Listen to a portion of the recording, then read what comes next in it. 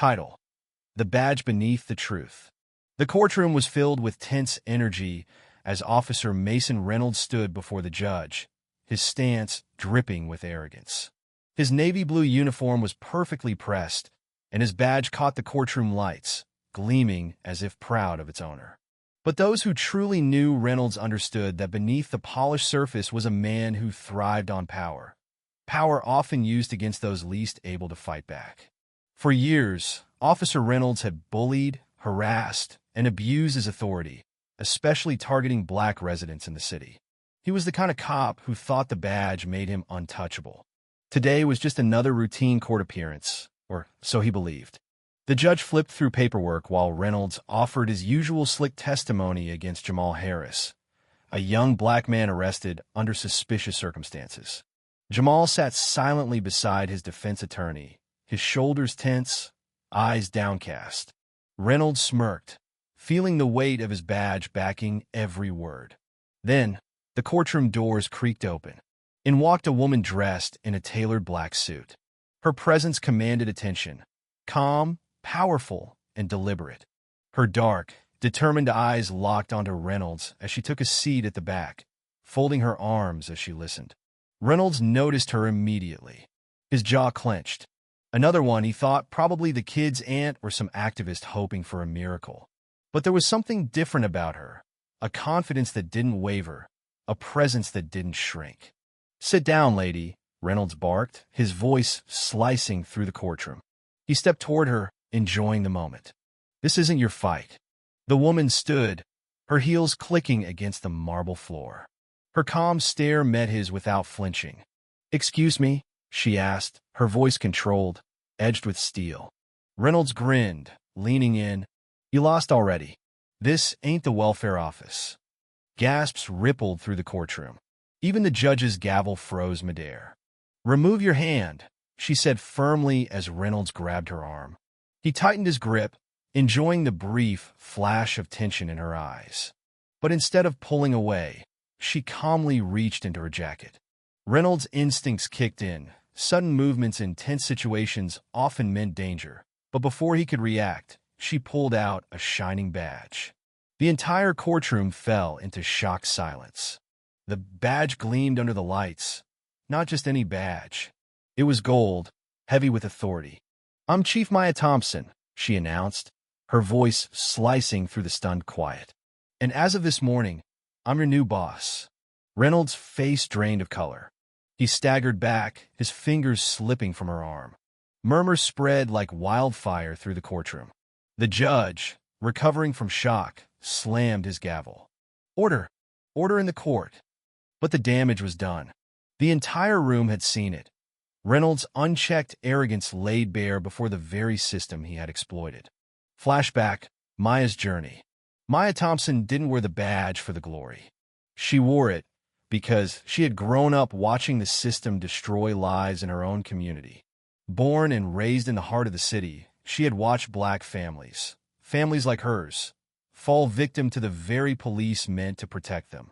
Her father, a community pastor, had spent decades preaching peace and justice, but even his voice had been ignored the day Maya's older brother, Darius, was pulled over.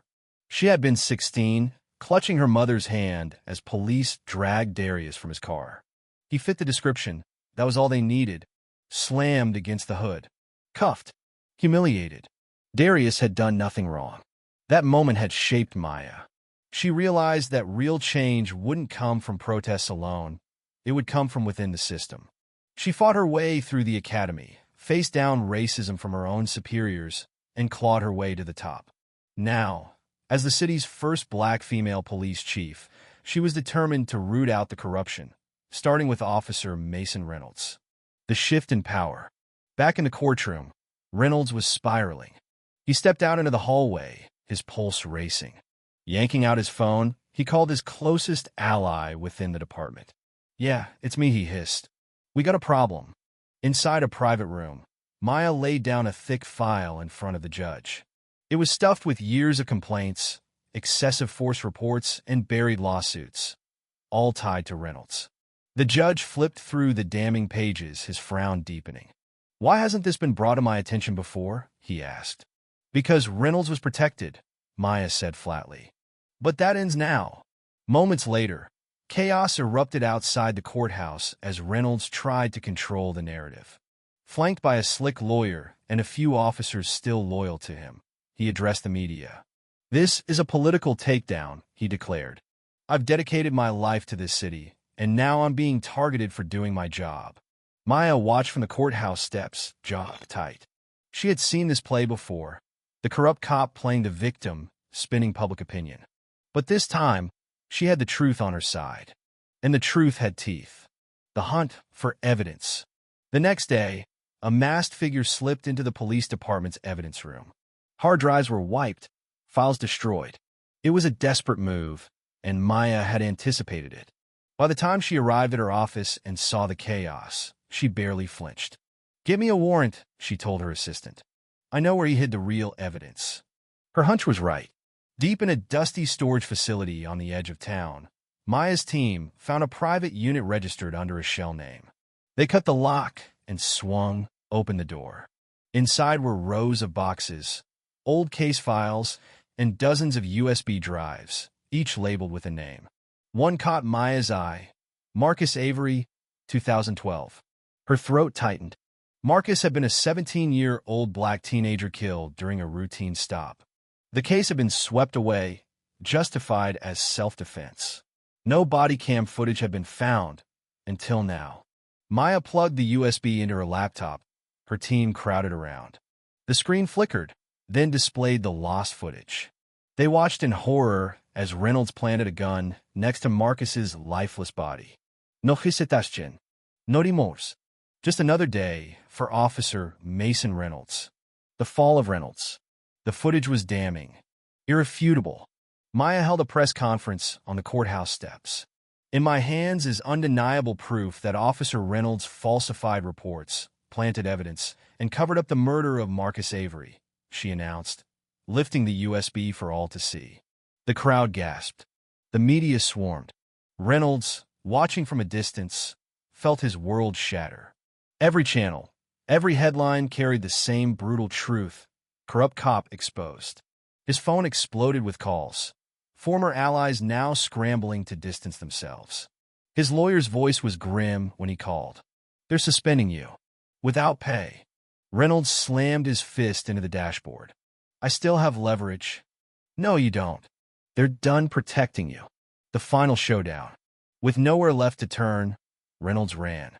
He became a fugitive, the very criminal he had spent his life hunting. Maya led the manhunt, knowing exactly where he'd go. Not far. Men like him didn't run forever. They fought until the bitter end. She found him at an abandoned warehouse near the docks. "Reynolds," she called, her voice echoing through the empty space. "It's over." He lunged from the shadows, gun raised, but Maya was faster. Bang! His weapon clattered to the floor as he staggered, gripping his bleeding shoulder. Maya didn't flinch, her own gun steady. "You ruined everything," he spat. "No," she replied. "You did that all by yourself." Justice at last. Weeks later, the courtroom was packed. Reynolds sat in shackles, facing a mountain of charges: evidence tampering, obstruction of justice, and the murder of Marcus Avery. Jamal Harris, the young man he had targeted at the start of it all, stood tall as he testified. "This man treated me like I was nothing," Jamal said. "But today, he answers for it." When the guilty verdict was read, Maya felt the weight of years lift off her shoulders. Reynolds would serve 25 years, no parole. But more importantly, his fall triggered sweeping changes within the department. Corrupt officers were exposed. Cases were reopened. The system, once designed to protect men like Reynolds, was finally beginning to crack. Standing on the courthouse steps, Maya faced a sea of reporters. "Chief Thompson, how does it feel to bring him down?" She paused, then answered with quiet resolve. This was never about one man. It was about the system that let him exist. And we're just getting started. As cameras flashed and the crowd erupted, Maya turned, walking toward the future, one where justice, at last, felt within reach.